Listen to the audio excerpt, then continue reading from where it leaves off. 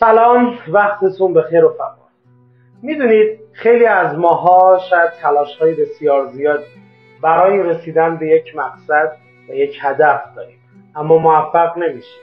یا شاید توی ذهنمون بگیم که اگر مثلا آقای ایکس، خانم ایکس در این رشته، در این مهارت بهترین هست، واقعا کسی دیگه ای نیست که جای اون رو بگیره از اون بهتر بشه. ما آدم ها موفقیت رو همیشه یا در داشتن ارتباط خوب میدونیم یا در داشتن مهارت خوب. اما موفقیت دو تا بال داره. یه بالش همین داشتن مهارت خوب و بال دیگهش ارتباطات قوی هست. یعنی این دو بال رو ما باید با هم داشته باشیم تا بهترین خودمون بشیم.